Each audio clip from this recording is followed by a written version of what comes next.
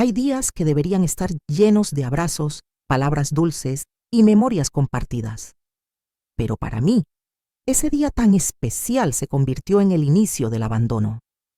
El día que cumplí años, no recibí un pastel ni un te quiero, sino una maleta vieja y las puertas frías de un asilo.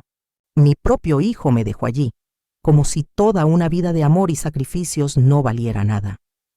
Pero lo que él no sabía es que una semana después, mi destino cambió para siempre. Y esta vez no fue por suerte, fue por dignidad, silencio. Y una decisión que lo cambiaría todo. Antes de juzgarme, déjame explicarte cómo llegué aquí.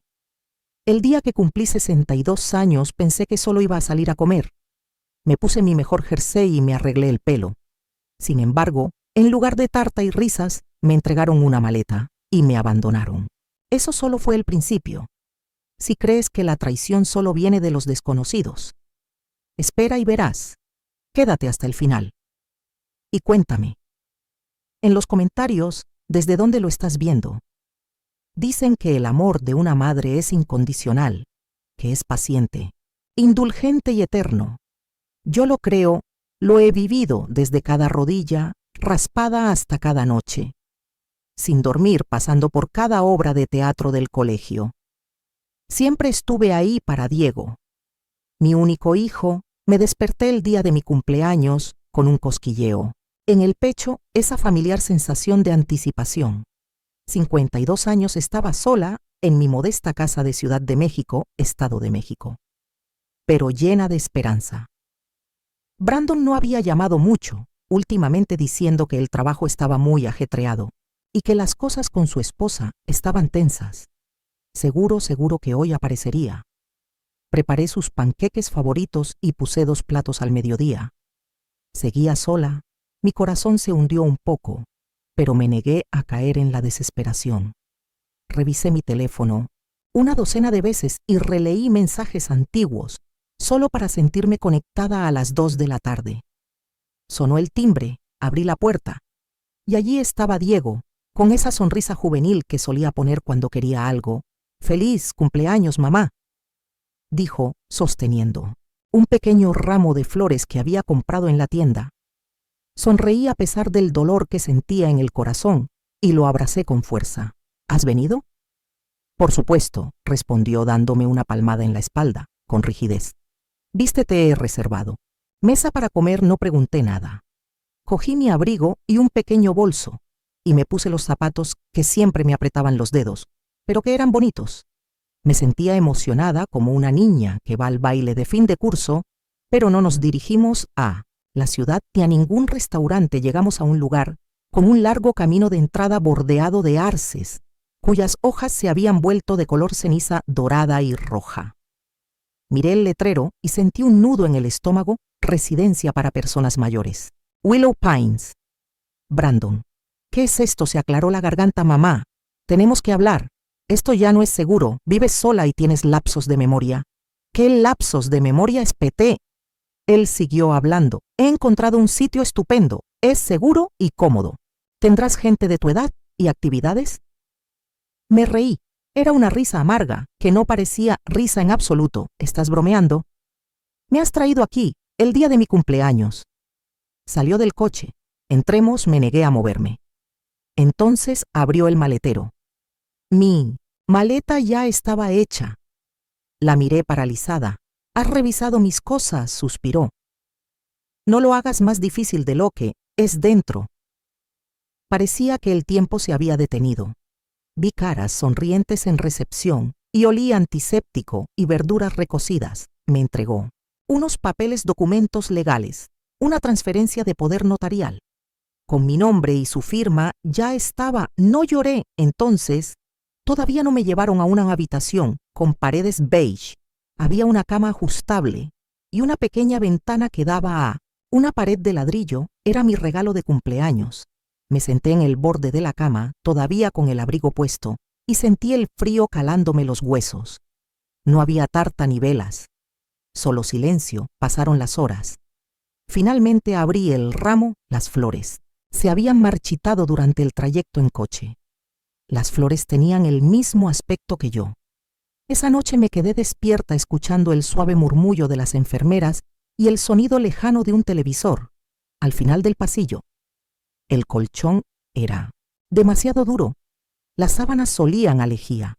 Repasé todas las conversaciones que había tenido con Diego durante el último año, tratando de encontrar las señales que se me habían escapado.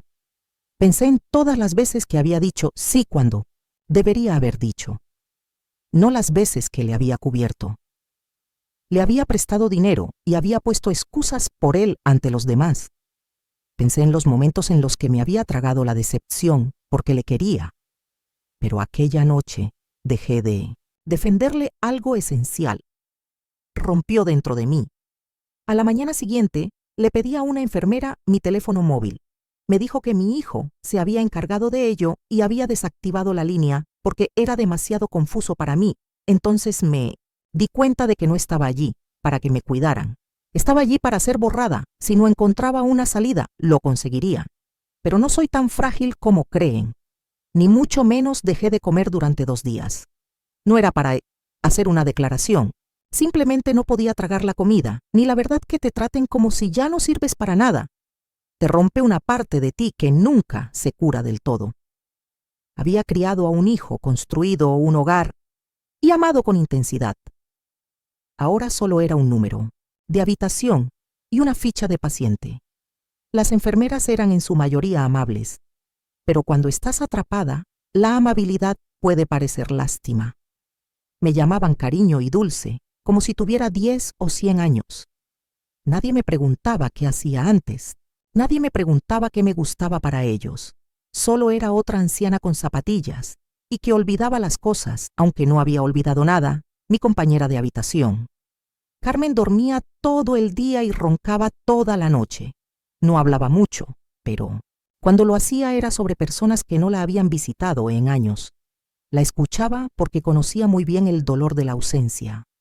Intentaba mantener la mente despierta, veía las noticias en la sala común y hacía los crucigramas que la gente dejaba en el pasillo. Releía una novela que ya había leído 2 veces. Pero algo dentro de mí se hundía cada vez más en la oscuridad. Entonces al 4.º día conocí a Marisol. No tenía que trabajar ese día. Una enfermera había llamado para decir que estaba enferma. Así que Marisol la sustituyó. Era joven. Llevaba trenzas recogidas bajo la cofia y tenía una mirada amable. Estaba comprobando mis constantes vitales cuando me dijo: «Tú no deberías estar aquí». La miré sorprendido. Ella sonrió. «No me malinterprete. Hay mucha gente que necesita ayuda y eso está bien, pero usted no parece perdido». Parpadeé para disipar el repentino escozor en los ojos. Empezamos a hablar. Me preguntó por Diego. Le conté. Lo que pude sin derrumbarme. Ella escuchó, no se limitó a sentir, sino que escuchó de verdad. Más tarde, ese mismo día, volvió con algo en la mano. Esto era del señor Herrera, un residente que falleció la semana pasada. Susurró. Lo encontramos. Dentro de una Biblia. Nadie lo reclamó. Es un billete de lotería doblado, ligeramente amarillento y con fecha de 2 semanas atrás. Me reí con ironía. ¿Y quieres que pruebe suerte? Ella me guiñó un ojo. Oye, el mundo te debe algo. No pensaba hacerlo. Al principio no me parecía una tontería, pero el aburrimiento y la desesperación son extraños. Compañeros de cama, esa noche esperé a que el pasillo estuviera en silencio y utilicé uno de los antiguos ordenadores de la sala para teclear los números. Se me congeló la mano. Mis ojos recorrieron la página una y otra vez. 1.000.000. Me tapé la boca con ambas manos. Miré a mi alrededor. No había nadie. El silencio que siguió fue ensordecedor. No era alegría lo que sentía en absoluto. Era miedo, miedo puro y eléctrico. Si Diego o alguien más se enteraba, pensé estaría en problemas. Imprimí la confirmación, la doblé y la guardé dentro de mi sujetador. Al día siguiente aparté a Marisol. Necesito hablar con alguien en privado, alguien que sepa de leyes. Ella no preguntó por qué, solo asintió con la cabeza. Ella conocía a un abogado voluntario que venía 2 veces al mes para ayudar a personas mayores, con testamentos y cosas por el estilo. Esperé con el corazón latiéndome, a 1000 hasta que llegó ese. Viernes se llamaba Julián. Era joven y perspicaz, y lo más importante, discreto. Nos sentamos en la pequeña sala de descanso. Le pasé la confirmación de la lotería y le susurré: ¿puedes ayudarme a desaparecer? Levantó las cejas, pero no sé. Inmutó. Tendremos que actuar rápido, dijo. Las siguientes horas fueron una nebulosa: papeleo, notarizaciones, transferencias financieras, un teléfono nuevo, una dirección postal temporal. Contactó con un asesor financiero independiente que creó un fideicomiso ciego. Mi nombre no aparecía por ningún lado. Brandon nunca encontraría ni rastro. Firmé un nuevo testamento en el que dejaba todo a organizaciones benéficas, algo que aún no había revelado. Brandon ya había firmado mi sentencia de muerte una vez. No iba a dejar que lo volviera a hacer. Ruby me abrazó la noche que me fui. No nos olvides cuando seas libre, me susurró. No lloré, no podía, me escapé, justo antes del amanecer, con ropa que no era mía y llevando una bolsa de viaje con lo imprescindible. Pensaban que estaba senil, destrozada y sola, pero estaba a punto de convertirme en un fantasma con $1 millón que me buscaran nunca. Me verían venir. El viaje en autobús desde Estado de México fue largo, silencioso y frío.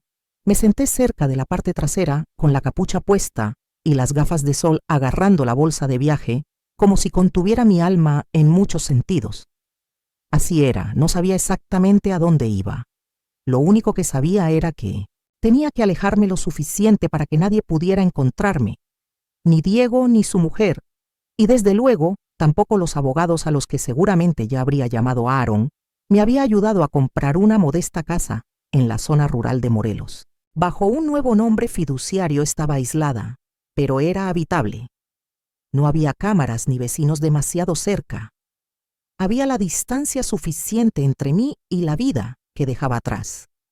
Cuando cruzamos la frontera con Puebla, exhalé por primera vez. En horas la libertad tenía sabor, y no era dulce, era metálico como la sangre y el miedo. La casa no era nada lujosa, una estructura de ladrillo de una sola planta, con la pintura desconchada y un buzón torcido, pero tenía calefacción, agua limpia, y lo más importante, silencio. No era el silencio que se respira en una residencia de ancianos, rodeado de gente que ha perdido toda esperanza. Era el tipo de silencio que te permite respirar durante los días siguientes.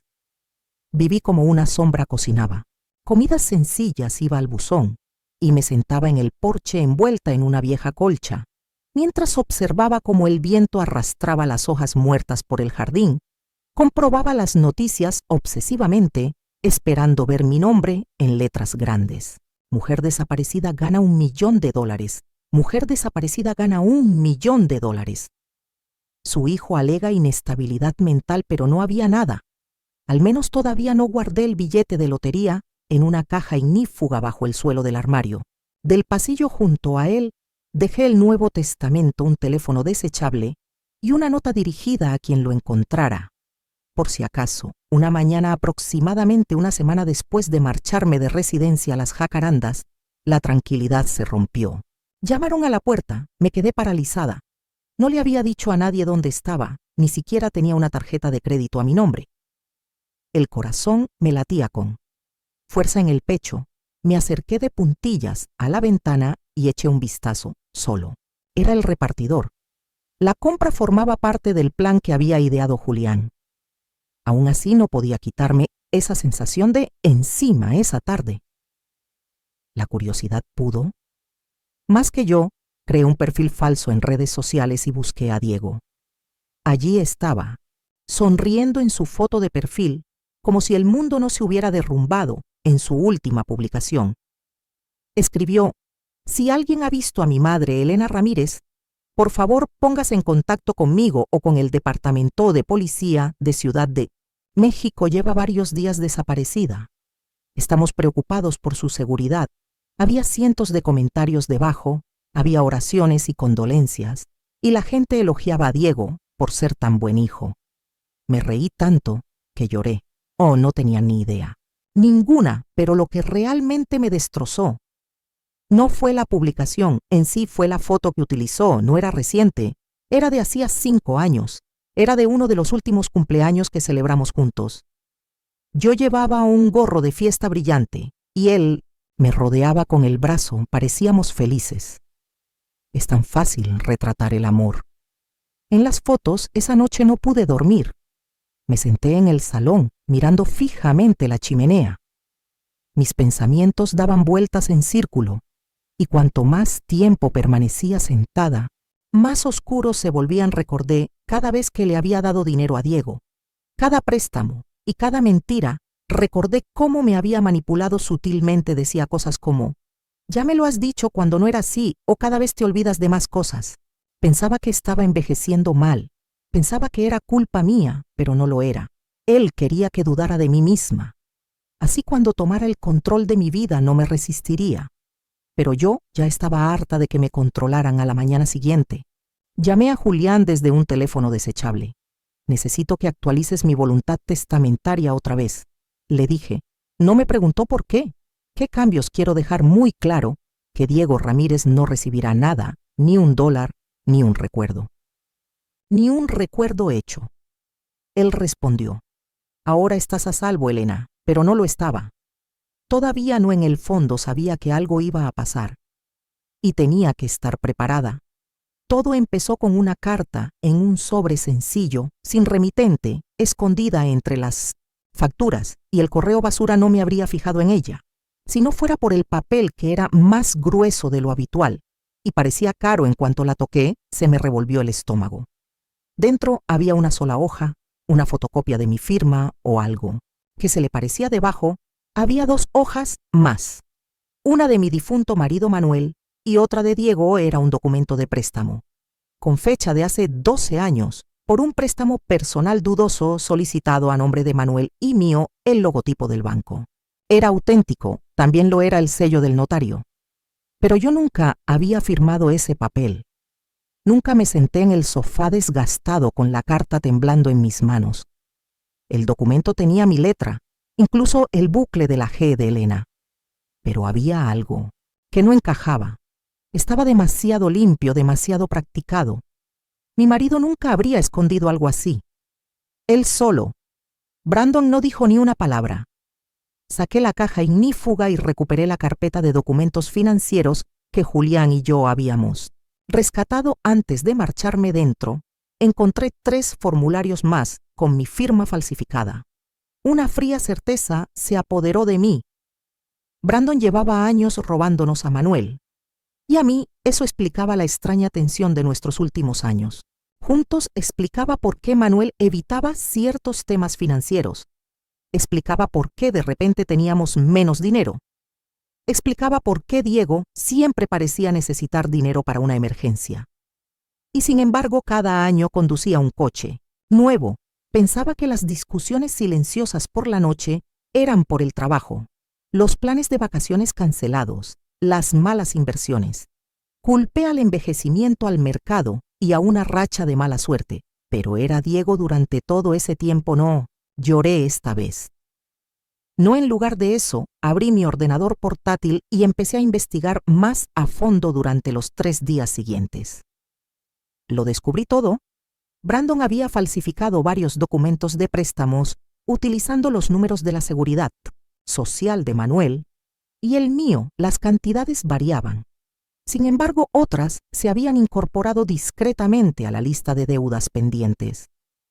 Richard debió de cubrir la mayor parte antes de morir, llevándose la vergüenza consigo, pero una cuenta aún activa mostraba un saldo desorbitado de más de 2,000 velos y había entrado en mora a mi nombre solo 3 meses antes de que me dejaran en residencia.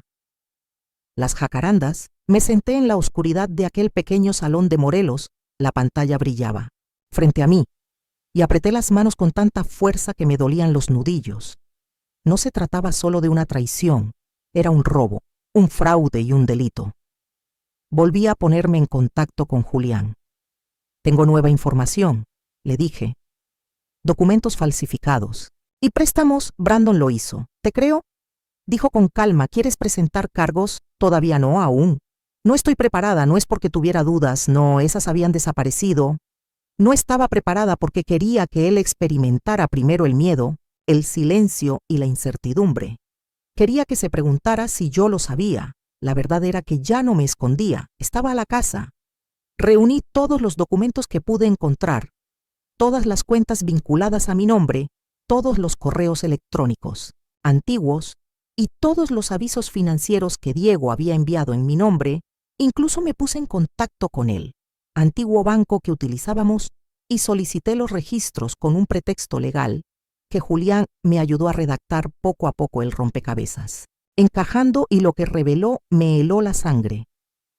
Brandon había solicitado un préstamo con un alto interés contra la pequeña empresa que Manuel y yo habíamos fundado en los años 80. Era un negocio de catering que habíamos llevado desde nuestro garaje. En aquellos primeros años utilizó la sociedad limitada, que técnicamente seguía activa, para garantizar una línea de crédito doble lo. Firmó con el nombre de Manuel 2 años después de su muerte. No era solo una falta moral, era un fraude federal. Guardé todo en una carpeta encriptada. Hice una copia de seguridad e imprimí una copia para guardarla en la caja debajo del suelo. No estaba segura de cuánto tiempo tenía, si Diego estaba tan desesperado como sospechaba, y si tenía alguna idea de que había desaparecido con millones, vendría a por mí pronto. ¿Alguna vez has mirado a alguien a quien has amado toda tu vida y te has dado cuenta de que nunca lo has conocido realmente? Así es como me sentía al hojear las páginas de los documentos que vinculaban a mi hijo, con un rastro de engaños tan largo y enredado que me revolvió el estómago. Me di cuenta de que el hombre al que una vez mecí en mis brazos hasta que se durmió se había convertido en un extraño.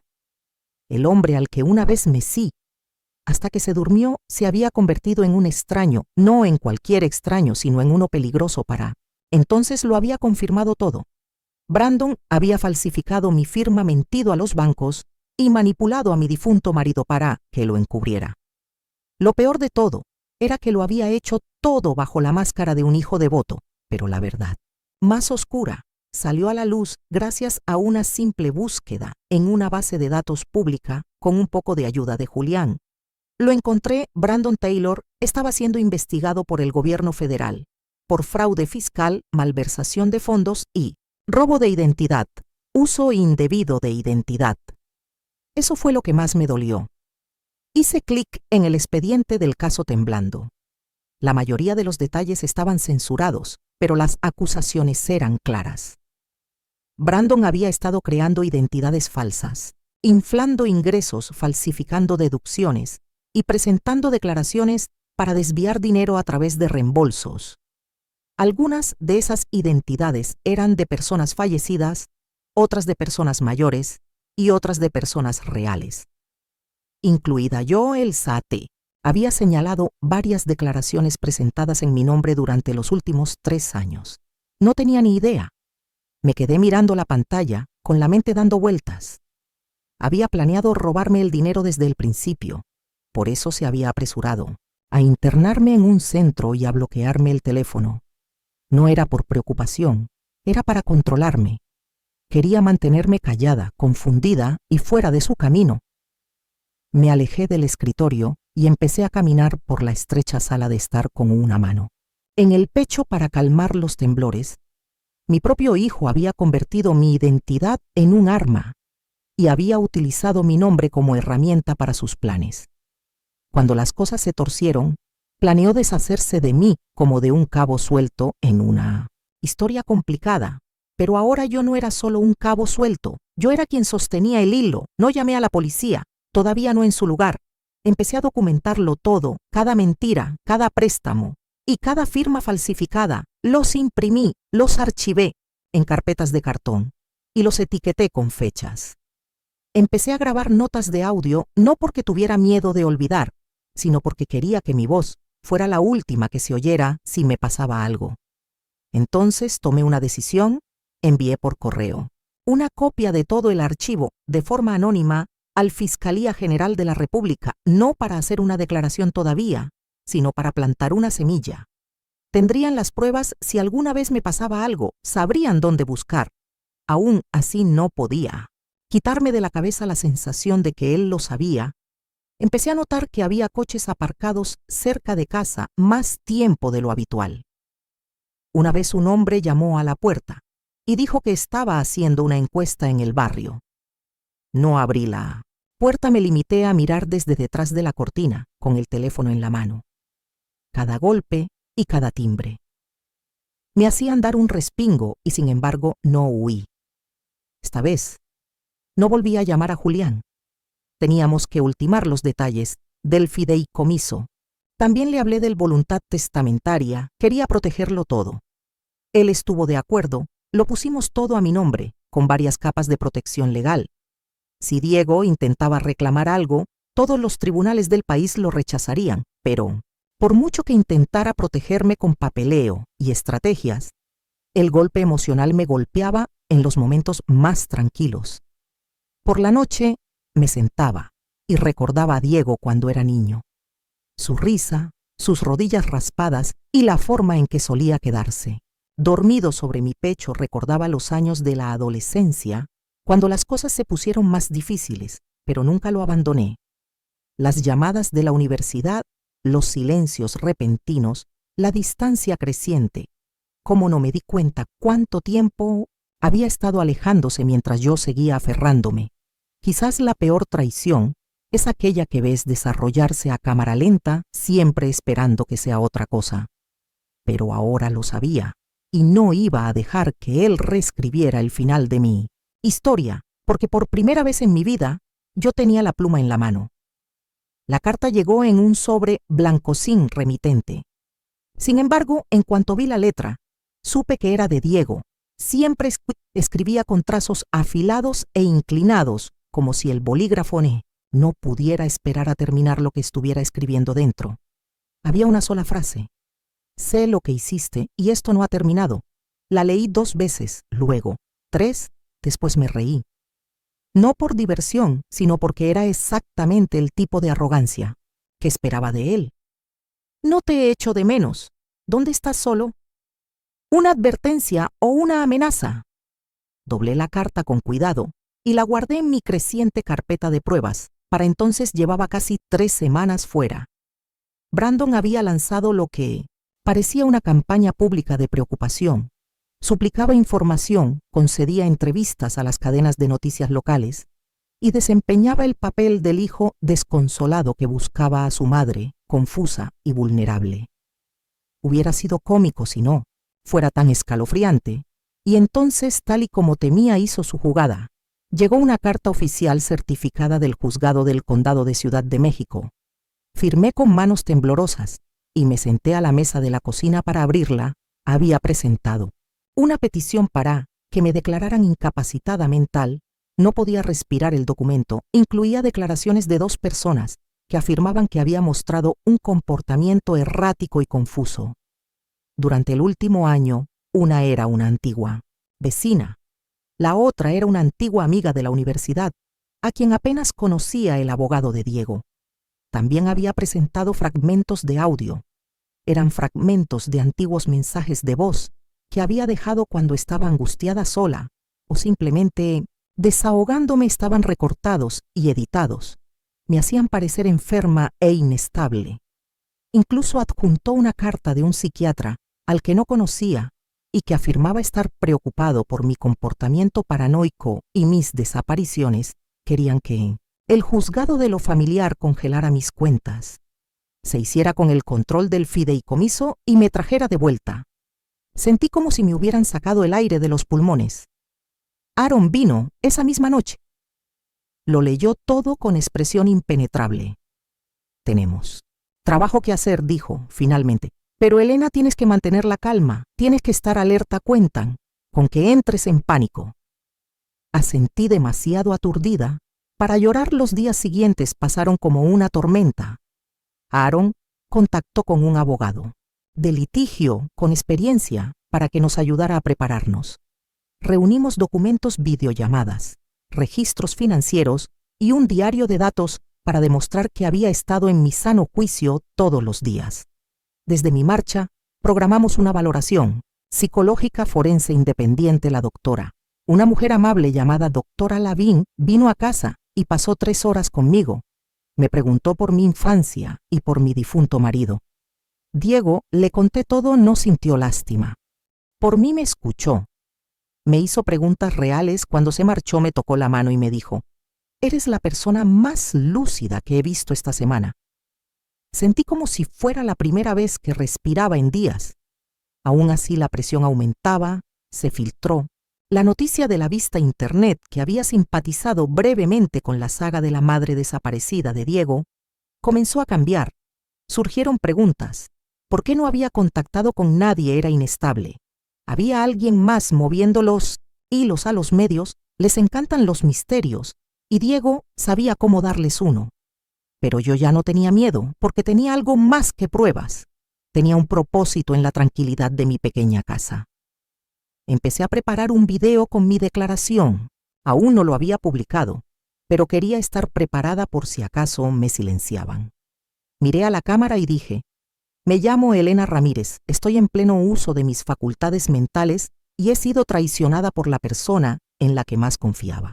No lloré, no grité, solo dije la verdad, porque sabía lo que se avecinaba esta vez. No sería yo la juzgada. El juzgado de Ciudad de México no había cambiado desde la última vez que pasé por allí hacía años, cuando pagué una multa de aparcamiento y me senté en una sala llena de gente esperando olvidar sus errores. En aquel entonces era una esposa, y una madre que creía en dar segundas oportunidades a las personas ahora era la acusada. Aaron me había aconsejado que me vistiera de forma sencilla, pero impactante, algo que dijera: «No estoy aquí para suplicar, estoy aquí para que me escuchen». Llevaba un abrigo azul marino con botones plateados, el viejo reloj de mi marido y unos zapatos de tacón sensatos que resonaban desafiantes con cada paso que daba. Por los pasillos del juzgado Brandon ya estaba sentado en la parte delantera de la sala cuando llegué. Se levantó cuando entré actuando a la perfección. Una máscara de preocupación cubría su rostro. Incluso esbozó una sonrisa que los desconocidos interpretarían como cordialidad. Pero yo la vi como lo que era. Estaba allí para enterrarme. El juez, un hombre mayor con ojos cansados, presentó el caso relativo a la competencia mental de Elena Ramírez. Las palabras flotaban en el aire como humo. El abogado de Diego fue el primero en intervenir. Era un hombre alto, con una voz pulida y demasiada confianza en sí mismo. Lo expuso como si fuera un guión. Margaret había desaparecido, se comportaba de forma errática. Era posible que estuviera siendo manipulada, era un peligro para sí misma y para sus finanzas. Presentó la carta del psiquiatra, al que nunca había conocido, y reprodujo esos fragmentos de audio editados y empalmados como si fuera una película de terror. Me escuché a mí misma con la voz dispersa, desesperada e incluso inestable completamente. Sacada de contexto, vi cómo el juez arqueaba las cejas mientras yo apretaba las manos contra el reposabrazos. Entonces habló. «Diego, su señoría», dijo con la voz temblorosa en su justa medida, «quiero a mi madre. De verdad.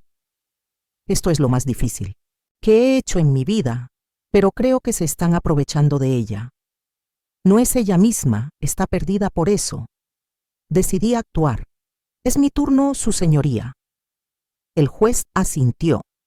Caminé lentamente hacia el estrado, deteniéndomelo justo para que mi presencia se hiciera notar. Luego hablé. «Me llamo Elena Ramírez. Tengo 62 años, no tengo ninguna discapacidad mental. No estoy perdida ni soy víctima de nadie». Abrí mi carpeta con cuidado y metódicamente y le entregué al juez una copia firmada, fechada y certificada del informe psiquiátrico completo del Dr. Lavín. El veredicto era que estoy en pleno uso de mis facultades mentales sin indicios de deterioro cognitivo y emocionalmente estable. Observé cómo se tensaban los hombros del abogado. Brandon hizo un gesto con la cara. Luego continué. «Tengo aquí», dije levantando una segunda carpeta que contenía un registro de todas las llamadas telefónicas que hice la semana antes de irme. Los recibos de la transferencia de fondos a un fideicomiso, legal, mis historiales médicos limpios y una declaración jurada firmada por el abogado que me ayudó a salir del centro, en la que afirmaba que estaba lúcida, era lógica y tenía pleno control de mis decisiones. Hice una pausa, también tengo algo más, pero no lo voy a presentar hoy a menos que sea necesario. No mostré el archivo con todas las firmas fraudulentas, los préstamos robados y los documentos fiscales manipulados que Diego había manipulado. Esa era mi baza secreta en su lugar. Me volví hacia el juez. Él me internó en un centro. Sin mi consentimiento me quitó el teléfono y la libertad. Ahora quiere quitarme lo poco que me queda, mi voz, mi independencia, mi dignidad. No le deje en la sala del juzgado, de lo familiar. Estaba en silencio. Aaron estaba sentado a mi lado, callado pero firme. Sus ojos se encontraron con los míos, orgullosos pero sin sorpresa. El juez se reclinó en su silla y dio unos golpecitos con el pulgar en el expediente. Necesito tiempo para revisar todos los documentos y la evaluación médica. El juzgado de lo familiar volverá a reunirse dentro de 2 semanas. 2 semanas al terminar la sesión. Diego se volvió hacia mí. Intentó llamar mi atención, pero no le di esa satisfacción. Salió de la sala con los puños apretados y la mandíbula apretada. Su máscara se estaba resquebrajando. Yo salí con la cabeza bien alta. La guerra no había terminado, pero por primera vez sabía que podía ganar 2 semanas. Eso es lo que nos dio el juez Brandon. No perdió ni un solo día a las pocas horas de salir del juzgado. Redobló su campaña pública. Las noticias locales emitieron un nuevo reportaje. Reaparece en el juzgado de lo familiar. La madre desaparecida, su hijo teme que la estén. Explotando, Brandon habló directamente a la cámara, con los ojos llorosos y la voz ligeramente temblorosa. Solo quiero asegurarme de que mi madre está a salvo, dijo. Ha pasado por muchas cosas. No piensa con claridad y me temo que hay gente a su alrededor con malas intenciones. Vi la emisión desde mi salón, con los brazos cruzados y la mandíbula apretada. No había gente mala a mi alrededor. Solo yo, solo Elena Ramírez. Ella es la mujer que lo crió, que se sacrificó y que perdonó más de lo que cualquier madre debería haber perdonado. Sin embargo, él tuvo la audacia de pintarme como una marioneta. En ese momento lo supe. La guerra silenciosa que había librado en mi corazón ya no era suficiente. Tenía que actuar. Llamé a Julián y le pedí que viniera. Cuando llegó, le entregué el sobre sellado, que contenía todos los documentos que había reunido. Los préstamos fraudulentos, las firmas falsificadas y las declaraciones de impuestos que Diego había presentado en mi nombre. Envíalos. Le dije no al juzgado de lo familiar, sino al Fiscalía General de la República. De forma anónima, abrió el sobre, hojeó las páginas y asintió con la cabeza. Esto llamará su atención, cuento con ello, pero yo no había terminado esa noche utilizando uno de mis nuevos alias y una cuenta nueva en Internet. Hice una donación considerable, $5 millones, a una organización nacional, sin ánimo de lucro que protege a las personas mayores del abuso financiero. No se incluyó ningún nombre. Solo la transferencia. En una semana lanzaron una campaña utilizando mi caso como ejemplo. No me nombraron, pero el momento era demasiado perfecto. La gente empezó a murmurar y a compartir la información. Se preguntaban, ¿cómo puede desaparecer una madre y reaparecer con dinero mientras su propio hijo intenta encerrarla? Los comentarios inundaron las redes sociales. Algo no cuadra con el hijo, dejadla hablar. ¿Por qué nadie había escuchado su versión de la historia? No me fío de él. La imagen cuidadosamente construida por Diego comenzó a tambalearse. Entonces se produjo un giro inesperado. Una periodista de un importante periódico se puso en contacto con Julián. Quería escuchar mi versión de la historia. Me prometió discreción, sin nombres, sin fotos. Solo la verdad. Acepté. Quedamos en una cafetería en el centro histórico de Cuernavaca. Llevaba gafas de sol y un sombrero. Nos sentamos en una mesa apartada. Ella pulsó grabar y me dejó hablarles. Conté lo de la clínica, cómo me dejaron allí sin previo aviso, y cómo Diego me quitó el teléfono, mis cuentas y mi dignidad No mencioné la lotería. Todavía no. Cuando me preguntó por el juicio, simplemente le dije, está intentando controlar mi vida una vez más. La historia se emitió 2 días después. Madre o millonaria, el silenciamiento de Elena T. La gente no tardó en atar cabos en Internet. Comenzaron las especulaciones. Era la madre desaparecida, la donante anónima, era por eso, por lo que su hijo quería, que la declararan incapacitada. Surgieron más rumores y dudas, y yo seguía sin decir nada. La caída de Diego no vendría por una acusación, vendría por un ajuste de cuentas, 2 días antes de que se reanudara el juicio. Julián recibió una llamada, era del Fiscalía General de la República. Habían recibido nuestro expediente anónimo y iban a abrir una causa. Brandon aún no lo sabía, pero mientras él construía un castillo de mentiras en los tribunales y ante las cámaras, yo estaba prendiendo fuego a los cimientos y las llamas crecían cada vez más. La segunda audiencia fue más fría, no por el tiempo, aunque el viento de Tennessee se había vuelto cruel esa semana, sino porque algo había cambiado en el ambiente que nos rodeaba. Brandon entró en la sala con menos confianza. Esta vez no llevaba los hombros tan altos. Su abogado le susurró algo con urgencia mientras tomaban asiento. Habían visto el artículo, habían visto el cambio en Internet, estaban sintiendo las grietas. Yo me senté tranquilamente con mi carpeta de documentos cuidadosamente guardada en mi regazo. Ya no tenía miedo, estaba enfadada. No era el tipo de enfado que te hace atacar, sino el que te hace actuar con precisión. Esta vez fuimos los. Primero Sharon comenzó con una declaración que silenció la sala. Su señoría empezó desde la última vista. Hemos completado una valoración psicológica forense independiente y hemos presentado registros financieros detallados que demuestran la independencia y la coherencia de la señora Taylor. También hemos descubierto a través de registros públicos legítimos que el demandante, el señor Brandon Taylor, está siendo investigado por el gobierno federal por múltiples delitos financieros, entre ellos robo de identidad y fraude fiscal. Le entregó al juez una copia del expediente público del caso. El abogado de Diego se levantó inmediatamente para protestar. Esa investigación no tiene nada que ver con el juez. Levantó la mano, siéntese. La sala contó la respiración. Entonces llegó el golpe definitivo. La doctora Lavín, mi evaluadora independiente, subió al estrado. Estaba tranquila, inteligente y directa.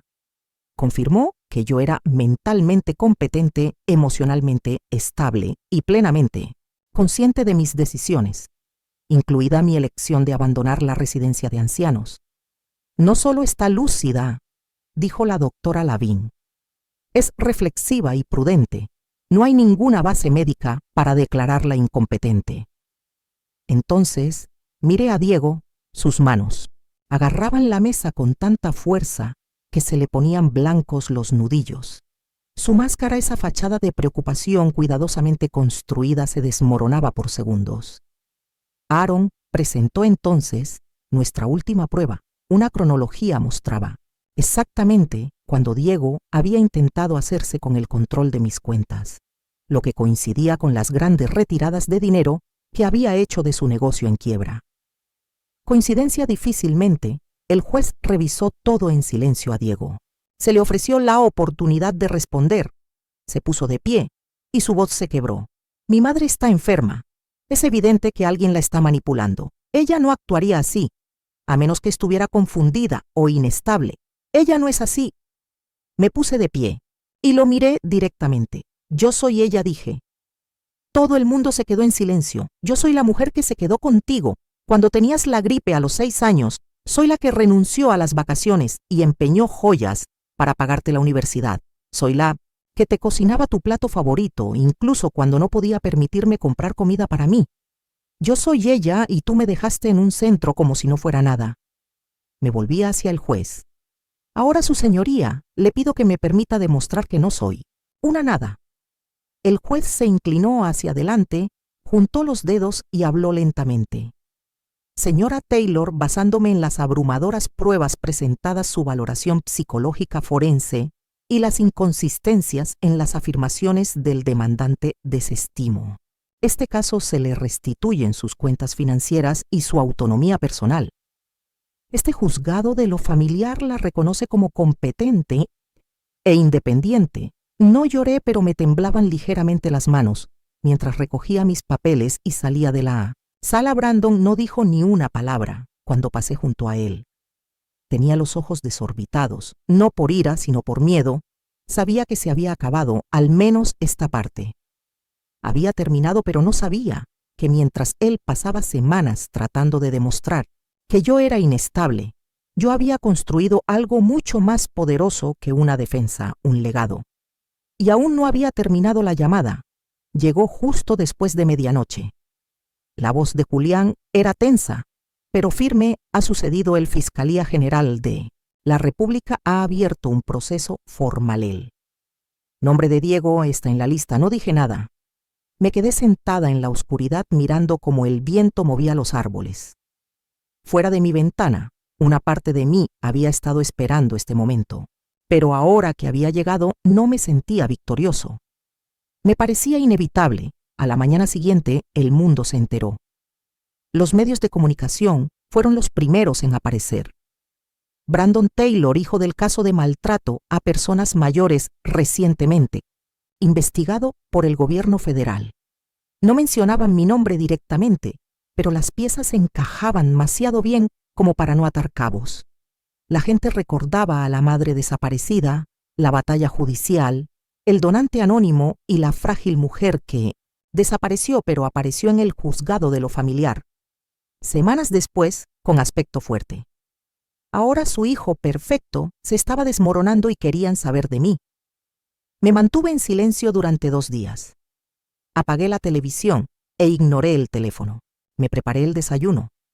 Observé a los pájaros picotear en el jardín helado y me senté con un bolígrafo en la mano, escribiendo cartas que nunca tenía intención de enviar. Pero el silencio no era justicia, era el momento. Me puse en contacto. Con Lucía, la periodista que se había reunido conmigo en secreto semanas antes, le dije que esta vez estaba lista para hablar ante las cámaras, sin alias, sin sombras. Programamos la entrevista para el viernes siguiente. Sería un reportaje en las Noticias Nacionales. Me preguntó si estaba segura. Nunca he estado más segura. Le respondí el día de la entrevista. Me vestí con sencillez. Llevaba un jersey gris, unos pequeños pendientes de plata y nada de maquillaje. No había estilista solo. La verdad, nos sentamos una frente a otra, en un estudio tranquilo, con luces suaves y cálidas. Sara se inclinó hacia adelante. Margaret, el mundo conoce los titulares, han leído sobre Diego y el caso, pero lo que no saben es el fondo del asunto. ¿Por qué ahora? Miré directamente a la cámara. No se trata solo de mí. Dije, se trata de todos los padres que lo dieron todo y fueron desechados. Se trata de todos los adultos mayores que fueron rechazados, borrados o encerrados bajo el pretexto del amor. Yo casi fui una de ellos y ya no voy a callar más. Luego conté mi historia.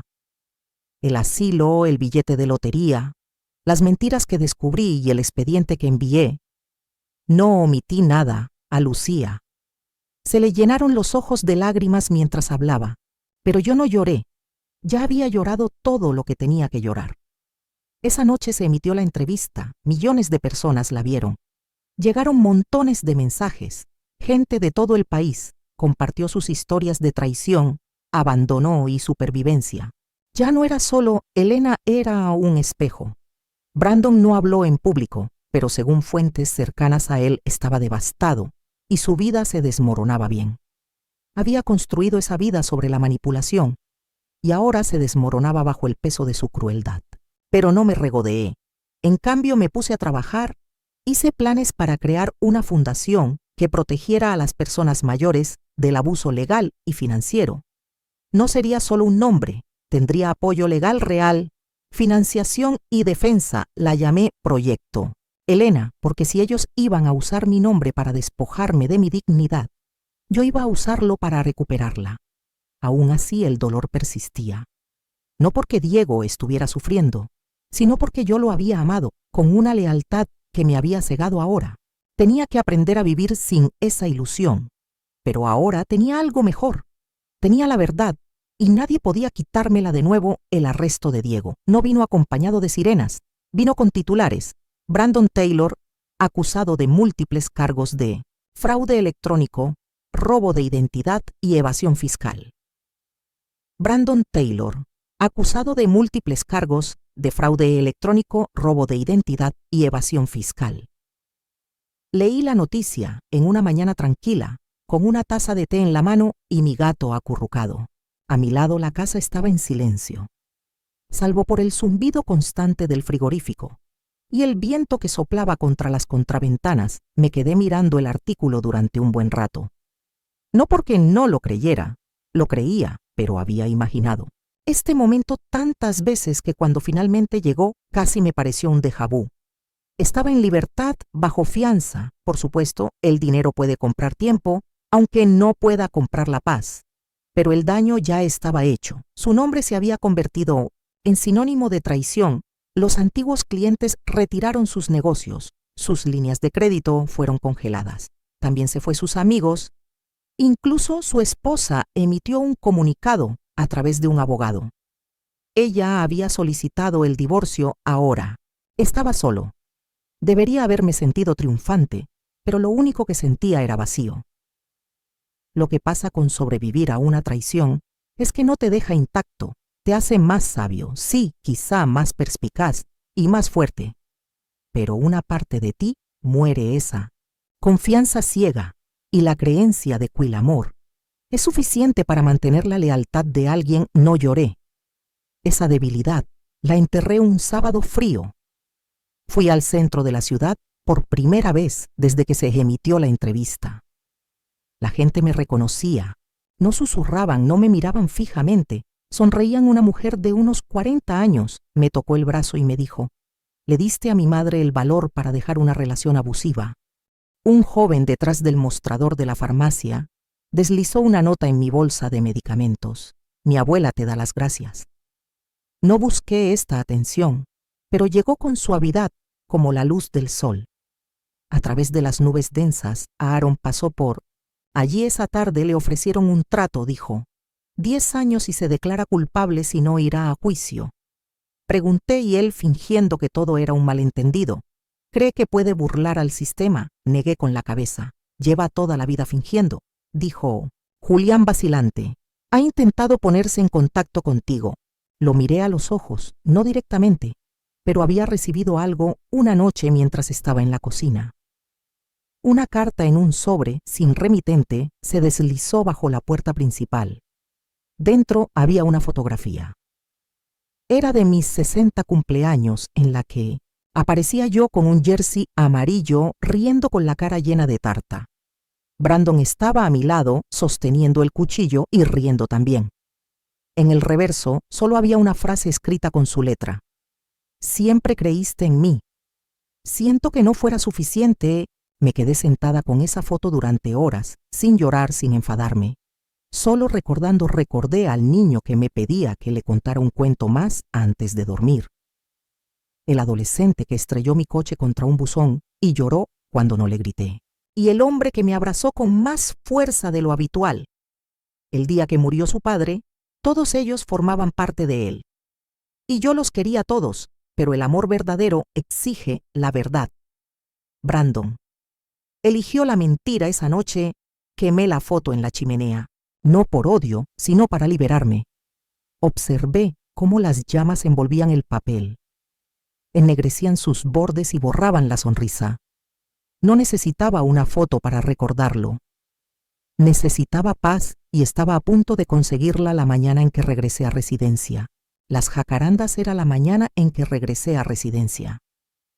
Las jacarandas, el cielo era de un gris pálido, de esos que suavizan el mundo sin ocultarlo.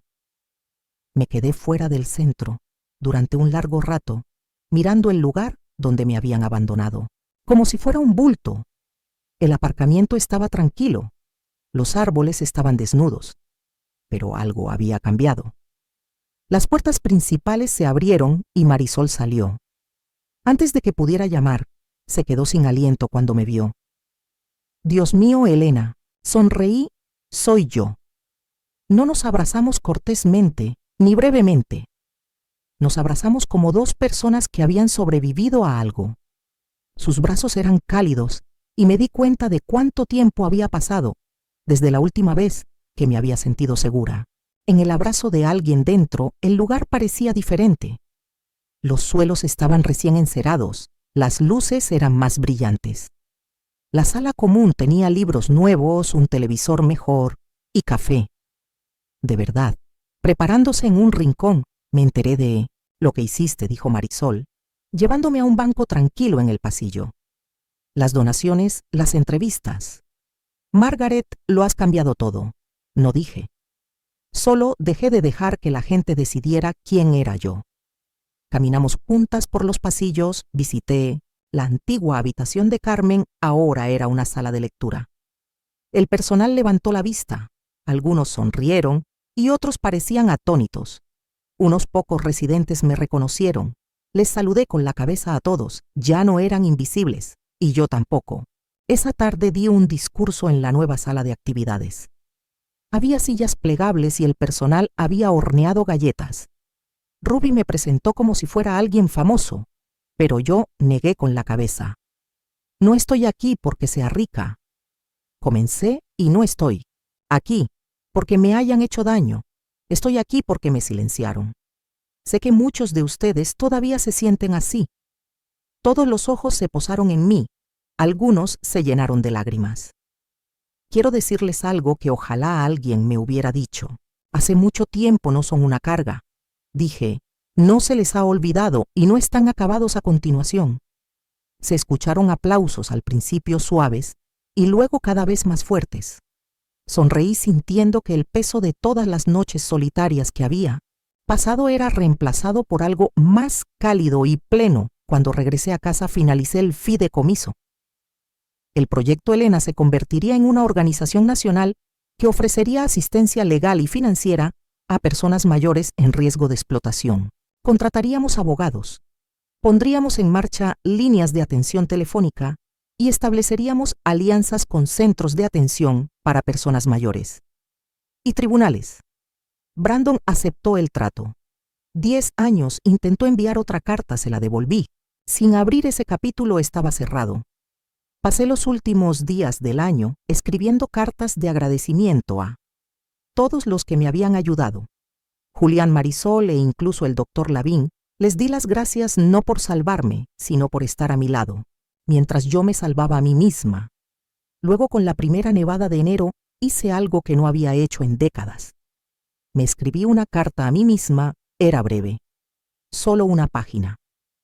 La leí en voz alta, mientras estaba sentada junto a la chimenea. El gato se acurrucó a mis pies. Querida Elena, no estabas loca. No eras demasiado confiada, no eras débil, solo eras una mujer que amaba demasiado cuando intentaron borrarte de tu propia vida. Cogiste el bolígrafo y escribiste tu propio final. Estoy muy orgullosa de ti. Con amor, tú misma. Doblé la carta y la guardé en una pequeña caja de madera sobre la repisa de la chimenea. No necesitaba un legado de dinero, venganza o incluso justicia. Tenía algo mucho mejor. Libertad por primera vez en mi vida era por fin plena y completamente libre. Gracias por escuchar. No olvides suscribirte y compartir tu historia en los comentarios. Tu voz importa. Sentada frente al mar en una banca de madera vieja, abrí el cuaderno donde había escrito tantas veces perdón para quienes nunca lo pidieron. Ese día, sin lágrimas ni rencor, escribí una sola palabra: libertad. Porque esta historia, aunque marcada por la traición, terminó con dignidad. Y así, en el silencio que una vez dolió, encontré mi voz. No grité, no pedí venganza, solo me levanté con la dignidad que nunca debió ser negada, porque no fue la lotería lo que me cambió, sino la certeza de que aún podía elegir cómo terminar mi historia. A veces, el abandono no es el final, sino el principio de nuestra libertad. Gracias por escucharme. Si esta historia tocó algo, en tu corazón recuerda, Nunca es tarde para recuperar lo que mereces. Nos vemos en la próxima historia.